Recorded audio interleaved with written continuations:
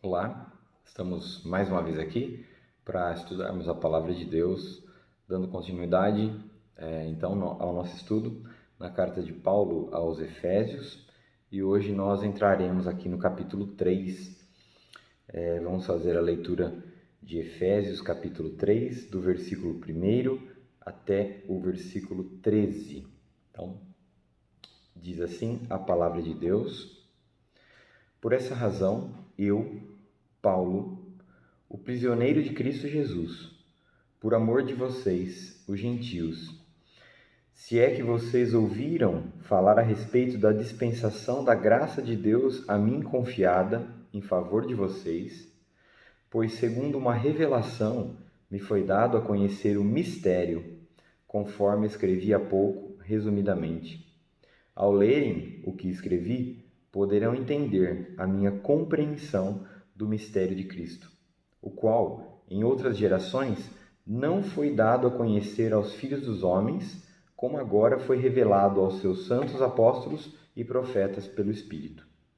O mistério é que os gentios são co-herdeiros, membros do mesmo corpo e coparticipantes da promessa em Cristo Jesus por meio do Evangelho, do qual fui constituído ministro conforme o dom da graça de Deus a mim concedida, segundo a força operante do seu poder. A mim, o menor de todos os santos, foi dada esta graça de pregar aos gentios o evangelho das insondáveis riquezas de Cristo e manifestar a todos qual é a dispensação do mistério que durante tempos passados esteve oculto em Deus que criou todas as coisas.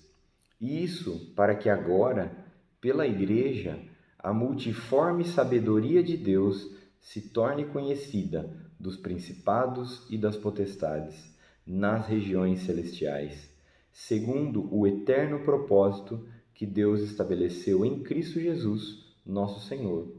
Em Cristo temos ousadia e acesso a Deus com confiança, mediante a fé nele. Portanto, eu peço que não desanimem por causa das minhas tribulações, em favor de vocês, pois isto é motivo de honra para vocês. Graças a Deus pela sua palavra. Nessa parte da carta, Paulo vai falar a respeito de um mistério. Paulo vai falar a respeito de um mistério e eu já adianto aos irmãos que esse mistério, ele já tratou desse tema em outras partes de suas cartas, como por exemplo lá em Romanos capítulo 11, que já estudamos, onde ele trata desse mistério também.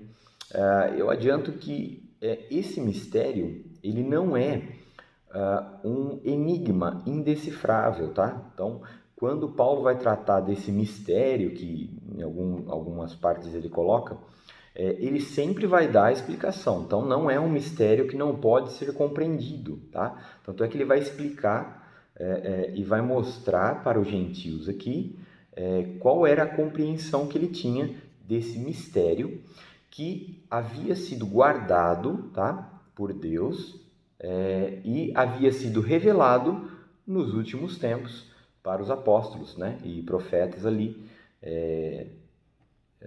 juntamente com Paulo, né? Então, na cabeça dos efésios, vocês pensam assim: imagina, Paulo está preso em Roma, né? Está escrevendo essa carta de uma prisão. Paulo está preso e na cabeça deles, né? Por que Paulo estava preso? Qual o fundamento disso, né? Paulo, ele era um pregador da palavra, um fundador de igrejas, um pregador da cruz de Cristo. Então, as boas novas, né? Paulo, ele vivia para pregar as boas novas. E por que então ele estaria preso, né? Qual seria o problema, né, de Paulo pregar o evangelho? Isso levaria alguém para a prisão, né? Ou até mesmo eles poderiam pensar, se Paulo realmente prega a verdade, por que ele está preso, né? Se ele prega a verdade de Deus, por que ele está preso? E é justamente esse ponto, né, da questão da prisão de Paulo, que Paulo quer engatar no seu ensino aqui, né?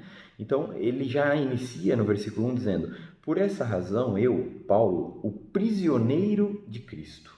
Prisioneiro de Cristo. Então, se havia alguma dúvida na cabeça dos leitores, dos Efésios, de quem viesse a ler a carta, do porquê que Paulo estava preso, quem havia prendido Paulo e qual motivo, se ele pregava as boas novas, se ele pregava a verdade, ele diz: eu sou Paulo, por essa razão eu, Paulo, eu sou prisioneiro de Cristo Jesus. Não sou prisioneiro de homem algum, mas sou prisioneiro de Cristo Jesus, por amor de vocês, os gentios. Olha que interessante.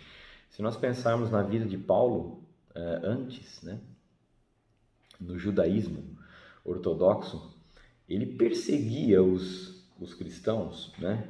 Ele perseguia os cristãos, ele prendia os cristãos, ele matava os cristãos. A obra dele era de zelo por Deus, né? Por esse Deus que ele conhecia pelo judaísmo ortodoxo, né? Ele não conhecia de fato o Deus verdadeiro, né? Ele conhecia uma faceta de Deus, entendia que esse era o conhecimento máximo que ele podia ter. Então, por zelo a esse Deus, ele perseguia e matava os cristãos. Agora, ele diz que, na verdade, ele é prisioneiro de Cristo. Ele usa a questão de estar preso, né, para dizer que ele é prisioneiro de Cristo. Então, aquela prisão, ela simboliza e ela mostra tudo aquilo que ele vem fazendo, sendo um prisioneiro de Cristo. E ele vai dizer que a razão por ele estar preso é o amor que ele tem para com os gentios. Então, de alguma forma, o ministério de Paulo, o ministério dele para com os gentios, acabou levando ele para a prisão. Então, quando ele vai finalizar ali no versículo 13, ele diz: então, as minhas tribulações, elas, pelo contrário de desanimar vocês, elas devem ser motivo de honra para vocês, porque eu estou preso justamente porque eu chamo gentios à fé cristã, à fé que seria da comunidade de Israel, né? Então, o mistério que Paulo vai falar aqui, eu já adianto, né, aos irmãos, a gente já falou sobre isso, né? O mistério nada mais né? Ele vai definir, ninguém melhor do que Paulo para explicar. Versículo 6, ele vai definir: o mistério é que os gentios são co-herdeiros, membros do mesmo corpo e coparticipantes da promessa em Cristo Jesus por meio do Evangelho. Então, o mistério que foi guardado por Deus e revelado aqui nesses últimos tempos, e por meio de Paulo, Paulo foi o apóstolo que, na verdade, pregou esse mistério, que revelou, claro, Deus revelou a ele, mas ele revelou para as pessoas esse mistério, que era a junção em um só corpo do povo judeu com o povo gentil. Isso, até aquele momento, era um absurdo, porque os gentios, eles eram rejeitados pelos judeus. Os judeus tratavam os gentios como cães. Nas orações dos judeus, eles oravam assim: obrigado, Senhor, porque eu não sou um gentio, não sou como esse homem, né? O judeu se orgulhava da posição dele em comparação com o povo gentil. Nós já falamos no último estudo que havia no templo um muro que separava os gentios dos judeus, eles não se misturavam. Tanto é que, importante, no ministério de Jesus, na vida de Jesus, ele comeu, ele ficou junto com várias pessoas e pessoas que não eram do povo judeu. Isso era motivo era uma afronta aos judeus, né? Porque eles não se misturavam com os gentios. Na cabeça deles, os gentios não poderiam fazer parte da comunidade deles, da comunidade de Israel, né? Ainda que no Antigo Testamento, em vários textos, nós temos a revelação de Deus dizendo que os gentios seriam abençoados pelo povo de Israel, ou por aquilo que havia sido entregue a Israel, que era o conhecimento de Deus, através da sua lei, da sua palavra, mas que isso chegaria até os gentios. A bênção que foi feita, foi dada a Abraão, e a promessa que foi feita para com Abraão, isso poderia chegar até e chegaria ao povo gentil. Mas se um judeu pudesse pensar que o gentil poderia ser incluído, na cabeça dele, ele nunca pensaria que o gentil poderia vir a fazer parte do mesmo corpo da comunidade de Israel. Isso seria um absurdo para eles. E na verdade esse era o mistério, né? Era, porque não é mais. Paulo revelou isso. Na verdade, ele teve uma revelação de Deus sobre esse mistério, e ele foi o pregador disso tudo. Ele foi aquele que buscou o gentil e pregou essa unidade, né, entre o judeu e o gentil. É interessante pensar na vida de Paulo antes, né, e depois da sua conversão, qual foi a sua conduta, totalmente diferente, né? Ele se orgulhava de ser judeu e agora, na verdade, ele prega que não há diferença entre o judeu e o gentil, ambos podem fazer parte do mesmo corpo, e os eleitos de Deus, judeus e gentios, farão parte do mesmo corpo de Cristo, né? E virão à fé da mesma forma e serão salvos da mesma forma, pela graça, pelo Evangelho. Bom, então, Paulo, de certa forma, quer explicar o porquê que ele está preso. É justamente porque ele prega esse mistério. É justamente porque ele revela à igreja este mistério, né? Então, por essa razão, eu, Paulo, prisioneiro de Cristo Jesus, por amor de vocês, os gentios. E aí ele vai falar: se é que vocês ouviram falar a respeito da dispensação da graça de Deus a mim confiada.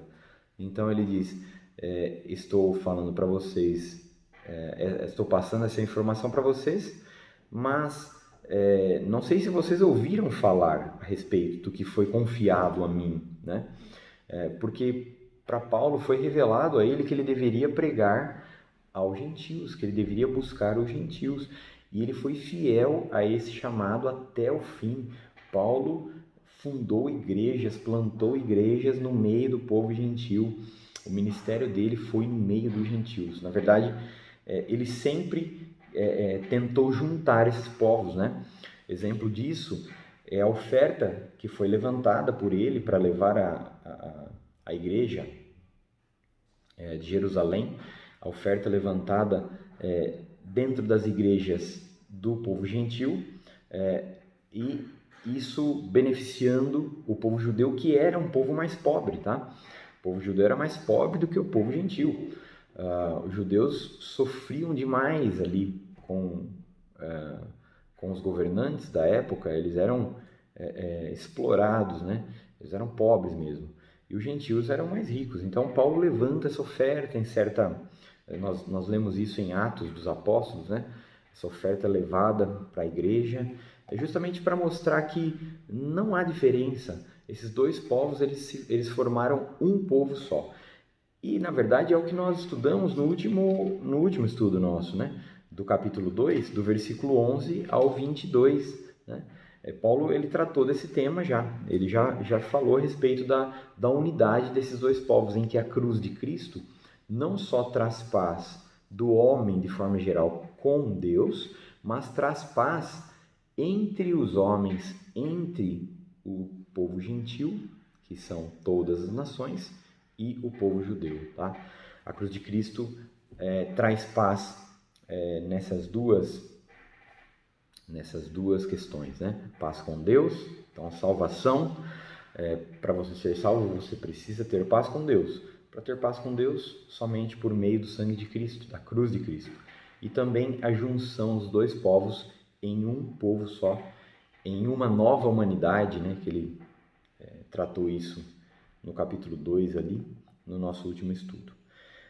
Então, ele diz: se é que vocês ouviram falar a respeito da dispensação da graça de Deus, a mim confiada em favor de vocês.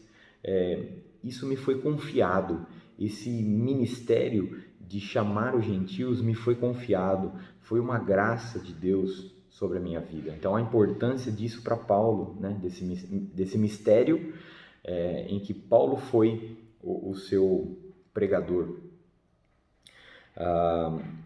Olha aí, ele diz: pois segundo uma revelação me foi dado a conhecer o mistério. Pois segundo uma revelação me foi dado a conhecer o mistério, conforme escrevi há pouco, resumidamente, né? Conforme escrevi há pouco, resumidamente. O que Paulo escreveu no capítulo 2, ali a partir do verso 11, ou até desde o começo do capítulo 2, nós vemos Paulo resumindo esse mistério mesmo, né? Ele falando da salvação acontecendo de uma só forma, não sendo diferente para o povo judeu e o povo gentil, e os dois formando um só corpo, formando uma nova humanidade, que seria o corpo de Cristo, né? E corpo que é edificado, né? De pouquinho em pouquinho por Deus, quando cada crente, sendo gentil ou sendo judeu, é colocado sobre a pedra angular que é Cristo, e esse edifício é construído para Deus habitar nesse edifício, né? Formado por mim, formado por você, formado pelos judeus que creem em Cristo, e qualquer gentil que venha à fé, né? Então, versículo 4. Ao lerem o que escrevi há pouco, ao lerem o que escrevi, poderão entender a minha compreensão do mistério de Cristo, né? Que nós lemos já aqui, né? É o que ele já escreveu na carta anteriormente aqui, né? Que estudamos no nosso último estudo. Versículo 5. O qual, em outras gerações, não foi dado a conhecer aos filhos dos homens. Não foi dado a conhecer aos filhos dos homens. Nenhum homem pôde compreender ou pôde entender esse mistério que Deus guardou e revelou nesses últimos tempos, e que Paulo aqui está ensinando, né? Paulo está tratando desse mistério, o qual em outras gerações não foi dado a conhecer aos filhos dos homens, como agora foi revelado aos seus santos apóstolos e profetas pelo Espírito. Então essa revelação, ela foi dada a Paulo, mas os apóstolos eles formam uma unidade ali. A base da igreja é o fundamento dos apóstolos, é a verdade que eles pregam. Então essa revelação acabou sendo dada para todos os apóstolos, né? Todos os apóstolos judeus, todos eles, não só para Paulo, né? Por meio de Paulo isso foi revelado, mas então isso é uma bênção para todos os apóstolos. Tanto é que por várias vezes Paulo ele tem alguns conflitos principalmente com Pedro, né? Que era resistente nesse ponto. Até que Pedro entendeu, né? Pedro entendeu que o gentil ele também havia sido chamado para fazer parte da família de Deus, né? Pedro entendeu, mas Paulo tem conflitos ali, e nessas reuniões, no concílio que teve em Jerusalém, lá no início da igreja, se o gentio deveria ser circuncidado ou não, essas dúvidas, tudo isso foi como uma revelação dada por Deus desse mistério, sobre esse mistério. Então, isso foi revelado agora aos seus santos apóstolos e profetas pelo Espírito. O mistério, né, como eu já li, é este, que os gentios são co-herdeiros, membros do mesmo corpo e coparticipantes da promessa em Cristo Jesus por meio do Evangelho. Se nós lemos lá Gálatas, no capítulo 3, no versículo 29, olha só, Gálatas 3, 29, Paulo diz assim: e se vocês são de Cristo, está falando os gentios, são também descendentes de Abraão e herdeiros segundo a promessa. Olha que maravilha. Abraão era do povo judeu, era o pai deles, né? Eles se orgulhavam desse pai, que era Abraão. Então Paulo vai falar que se vocês são de Cristo, vocês são descendentes de Abraão e herdeiros da mesma promessa, da promessa que foi feita para Abraão lá no Antigo Testamento, né? Então, por isso que o mistério é justamente esse. O mistério é que os gentios são co-herdeiros, membros do mesmo corpo e coparticipantes da promessa em Cristo Jesus por meio do Evangelho. Por meio do Evangelho. O Evangelho, as boas novas, o Novo Testamento, o ministério de Cristo, né? As palavras de Cristo, o que Cristo fez, o sacrifício de Cristo na cruz, isso possibilitou o gentio entrar. E, na verdade, como nós lemos no capítulo 2, né, estudamos ali no último estudo, Cristo, de certa forma, ele aboliu a lei, ele eliminou a lei, porque se só o judeu tinha lei, né, isso a gente falou no último estudo, só o judeu tinha lei, o gentio não tinha, o gentio poderia ser salvo de uma forma e o judeu de outra, então, né? Porque o judeu tinha lei para obedecer, o gentio não tinha, era salvo de outra forma. Na verdade, o evangelho, que é tudo aquilo que envolve a obra de Cristo, né? Tanto sua vida como sua morte, sua ressurreição, na verdade, esse fato, né, determinante na história acabou por fazer ou por oferecer o único meio de salvação para os dois povos, tá? Por isso que nós lemos o fim da lei é Cristo, né? O fim da lei é Cristo, está escrito lá em Romanos. Se o fim da lei é Cristo, é porque Cristo cumpre a lei e elimina a possibilidade ou se existisse a possibilidade de ser salvo, né, por meio da lei. Então, por meio do Evangelho, a salvação ela acontece. Por meio da pregação do Evangelho, por meio da pregação da obra de Cristo. Então, que você é pecador, você não pode salvar a você mesmo, você necessita do Evangelho, você necessita da obra de Cristo, você necessita da vida, da morte e da ressurreição de Cristo, do poder que há na ressurreição de Cristo para alcançar a salvação. Você necessita disso porque você é pecador. E isso serve para judeu e isso serve para gentil. Então, versículo 6, né? Finalzinho, que o judeu é coparticipante da promessa em Cristo Jesus por meio do Evangelho. Ele vai dizer, do qual fui constituído ministro conforme o dom da graça de Deus a mim concedida, segundo a força operante do seu poder. Aqui ele vai falar de novo do poder de Deus. Já tinha falado do poder de Deus em 2 ocasiões aí no livro. Porque Paulo, na verdade, ele quer mostrar que tudo acontece e o que move, o poder que está por trás de tudo que ele faz, de tudo que foi revelado a ele, o poder que está por trás disso é o poder que há em Deus, é o poder que ressuscitou Cristo dentre os mortos. Então, ele diz, segundo a força operante do seu poder, é que me foi concedido, né, a graça de ser ministro do Evangelho.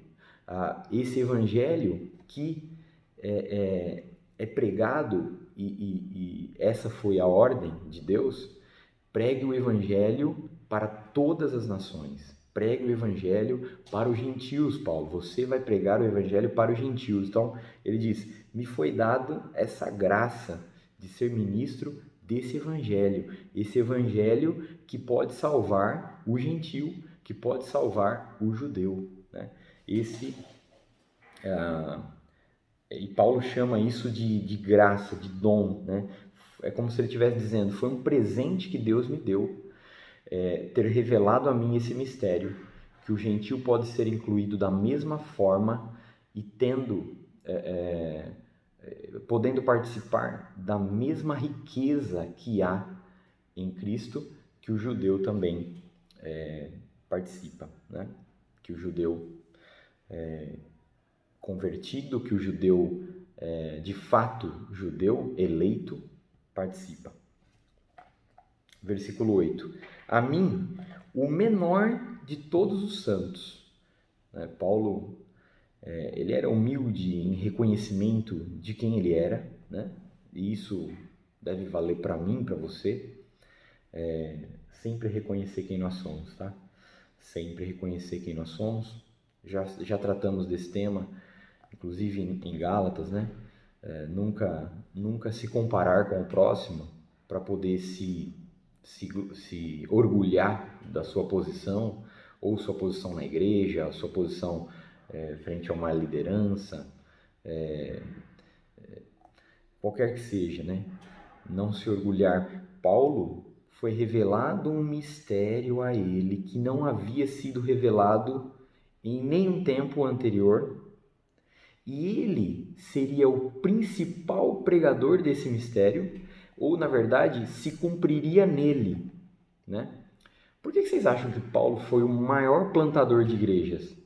É porque aquele mistério que foi guardado foi revelado aos apóstolos, mas ele, Paulo, foi chamado para cumprir esse mistério, que era pregar aos gentios, né?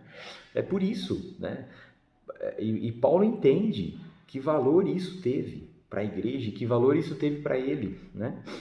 Tanto é que ele vai dizer, a mim, o menor de todos os santos, foi dada essa graça de pregar aos gentios o evangelho das insondáveis riquezas de Cristo. Olha só o que ele está dizendo aqui. Me foi dada a graça, a mim que sou o menor de todos os santos, a mim me foi dada essa graça de pregar aos gentios o evangelho das insondáveis riquezas de Cristo. Eu prego uma riqueza que não pode ser sondada, que não pode ser contemplada de outra forma. De certa forma, Paulo está falando, eu prego um evangelho que é tão rico que nem mesmo aquele que recebe pode contemplar tudo o que há nele, né? Tudo que há dentro do evangelho, tudo que há dentro de Cristo, a riqueza que há de Cristo, a riqueza de Cristo, ela é insondável. O homem não pode perscrutar essas riquezas, a não ser que o Espírito de Deus revele a ele. E na verdade, meu irmão, o seu crescimento em santidade, o seu crescimento espiritual, o Espírito não é dado por medida. Você recebe o Espírito Santo de uma vez, mas o seu crescimento, ele é um crescimento de conhecimento, de revelação por meio do Espírito para você. Qual é a riqueza de Cristo? Qual é o que há em Cristo? Porque nós lemos em Colossenses que em Cristo habita toda a plenitude da divindade. Deus habita em Cristo completamente, né? Como é que você vai compreender Deus completamente? Então você não pode compreender completamente as riquezas de Cristo se o Espírito não revelar a você, né? Então o seu crescimento como cristão não é um crescimento espiritual no sentido de você ficar com mais uma porção do Espírito Santo. O Espírito Santo é dado de uma vez, não é sob medida. Mas você vai crescendo à medida que você vai conhecendo o único e verdadeiro Deus e a Jesus Cristo a quem enviaste, né? A vida eterna é essa, que te conheçam a ti como único e verdadeiro Deus e a Jesus Cristo a quem enviaste. Então, me foi dada essa graça de pregar aos gentios o evangelho das insondáveis riquezas de Cristo. No evangelho, a pregação do evangelho, quando o evangelho é pregado, nós estamos pregando uma riqueza insondável, uma riqueza que não pode ser perscrutada por homem algum. E manifestar a todos, qual é a dispensação do mistério que durante tempos passados esteve oculto em Deus que criou todas as coisas. Então, está dizendo não só pregar o evangelho, né? A mim me foi dada essa graça, não só de pregar o evangelho, mas também de manifestar a todos, judeus, gentios, a todas as pessoas, revelar qual é a dispensação do mistério, qual é o ministério que há dentro desse mistério que foi revelado a mim, que foi, em tempos passados, ocultado por Deus, esteve oculto, né? E foi revelado agora. Então, me foi dada uma graça de pregar o evangelho e de mostrar, e de explicar, e de revelar o mistério, né, que havia em Deus, o mistério que Deus ocultou, né, de todos os homens das eras passadas e revelou agora, e por meio de mim isso está se concretizando, né? Tanto é que ele diz qual é a dispensação do mistério. Paulo era mordomo desse mistério, foi dado a ele e ele passou isso para a igreja, essa riqueza. A riqueza que há dentro desse mistério foi passada à igreja, né? E aí olha que interessante, versículo 10. E isso para que agora, pela igreja, a multiforme sabedoria de Deus se torne conhecida dos principados e das potestades nas regiões celestiais. Sabe o que significa aqui? Nem os anjos, bons e maus, né? Aqui, quando ele diz principados e potestades, seriam os seres angelicais. Nem os anjos sabiam desse mistério. Nem os anjos compreendiam, de fato, como é que Deus ia desenrolar a história, ia trazer o gentio para junto do povo judeu e fazer um povo só, né? Como no Antigo Testamento nós temos textos que mostram que o gentio ele era abençoado, ele poderia ser abençoado e ele fazia também parte daquela promessa, mas como o mistério não havia sido revelado de como isso aconteceria, os anjos não sabiam. Os anjos sabiam que os gentios poderiam vir e fazer parte da família de Deus, mas não que seria dessa forma, que eles seriam unidos em um só corpo, judeu e gentio. Então, os anjos não conheciam esse mistério, os anjos não sabiam. Satanás não conhecia esse mistério, né? Ele não conhecia, ele não sabia disso. E mostra aqui que nenhum anjo, nem o mais poderoso deles, nenhum deles é onisciente, que conhece todas as coisas, tá? O inimigo de Deus, Satanás, ele não sabia que quando Jesus fosse morto, ali era o ponto de inflexão, ali era o ponto máximo da história em que se cumpriria tudo ali, e agora sim os povos poderiam ser unidos, juntos, e que, na verdade, todos os homens, qualquer um, independente da sua nacionalidade, sua raça, todos eles poderiam chegar à fé por meio daquela obra e crendo naquela obra. Então, na verdade, Satanás pensou que derrotaria Cristo na cruz, mas na verdade ele mesmo foi derrotado. Isso mostra que ele não compreendia, de fato, o que Deus havia guardado e que foi revelando com o passar da história, e a revelação máxima que foi Cristo e a sua obra, vida, morte e ressurreição, né? Os anjos não compreendiam isso, né? Então, interessante que Paulo até fala aqui, isso para que agora, pela igreja, irmão, a igreja, você, eu, não a igreja lá, o templo, tá? Eu, você, a igreja universal de Deus, a igreja espiritual, a verdadeira igreja de Deus, ela ensina os anjos. Você tem noção disso aqui? Isso para que agora, pela igreja, a multiforme sabedoria de Deus se torne conhecida dos principados das potestades.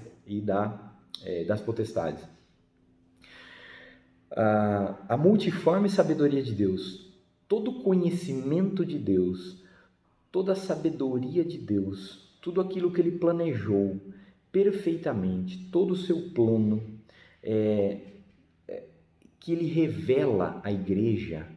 Ele não revela aos anjos, Ele revela à igreja, e a igreja, por meio do seu agir, por meio do seu mover e do que acontece com ela mesma, os anjos aprendem com isso. Os anjos aprendem sobre a sabedoria de Deus por meio da igreja, por meio da vida da igreja, por meio do que Deus faz com a igreja, os anjos também aprendem. Isso é bem interessante, né?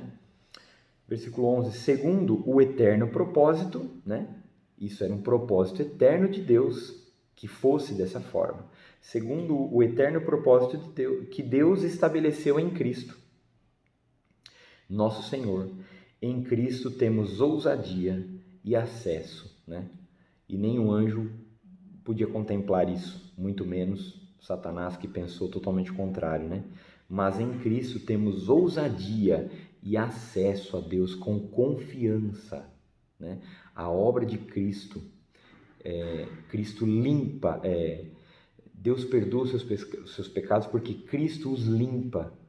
Cristo tira o peso, o escrito de dívida que havia sobre a sua vida, sobre a minha vida, que constava de ordenanças e que nos era prejudicial, como diz lá em Colossenses, que isso nos condenava.